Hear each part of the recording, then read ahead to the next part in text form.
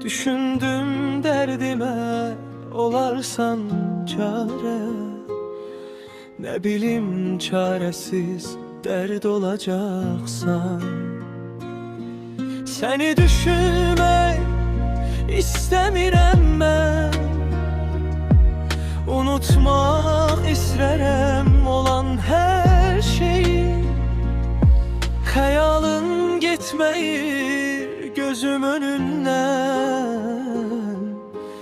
Neydim bilmirəm, çaresizəm mən.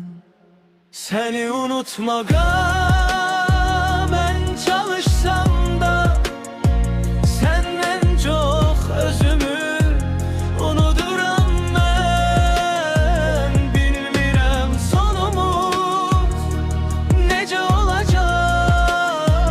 Her gün sessiz sessiz tükenirəm ben.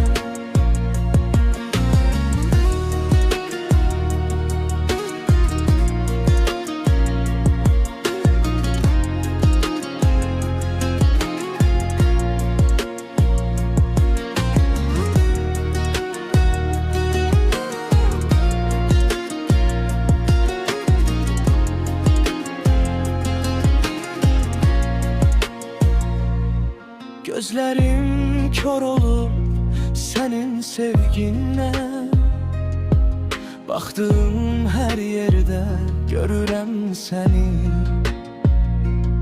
Sen de kör olmusan ferli olarak, sen benim sevgimi görebilmirsen. Seni düşünmek istemirəm ben, unutmak isterim olan her şeyi. Hayalın gitmeyir gözüm önünden. Neydim bilmirəm, çaresizəm mən. Seni unutmağa